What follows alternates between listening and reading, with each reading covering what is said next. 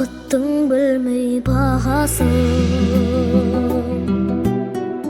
адасты мекен анасын. Аң екеш аңда қараусыз, қалдырмаушы дау баласын. Жетімнің көзі жас екен, одан да дамы ащы екен. Әкенің озба жүрегі,